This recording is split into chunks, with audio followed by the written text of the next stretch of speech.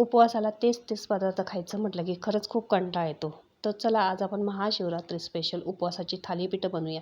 इथे 1 वाटी शाबूचे तांदूळ घेतले, ते लालसर होईपर्यंत भाजून घेतले. मिक्सरच्या जारमध्ये अर्धी वाटी वरचे तांदूळ घेतले, भाजलेले शाबूचे तांदूळ घातले. ते छान असं मिक्सरला फिरून त्याचं पीठ करून घेतलं. पुन्हा बटाटासुद्धा साल काढून मी किसून घेतला, तो त्याच्यात ॲड केला. चवीनुसार मीठ घातलं. 2-3 हिरव्या मिरच्या बारीक करून मी त्याच्यामध्ये घातल्या. पुन्हा तुम्हाला जर कोथिंबीर वगैरे उपवासाला तुम्ही खात असाल तर ती कोथिंबीरसुद्धा ह्याच्यात ॲड करू शकता. आम्ही कोथिंबीर खात नाही तर आम्ही ह्याच्यात कोथिंबीर वगैरे काही घातलेली नाही आहे. आणि थोडं थोडं पाणी घालून मी याचं सैलसर असं पीठ मळून घेतलं.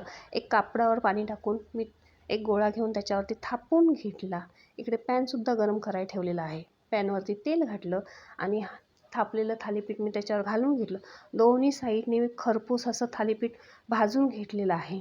मी ते तेल लावलेलं आहे. तुम्हाला हवं असलं तुम्ही बटरसुद्धा लावू शकता. तर झटपट असं उपवासाचं आपलं थालीपीठ तयार झालेलं आहे.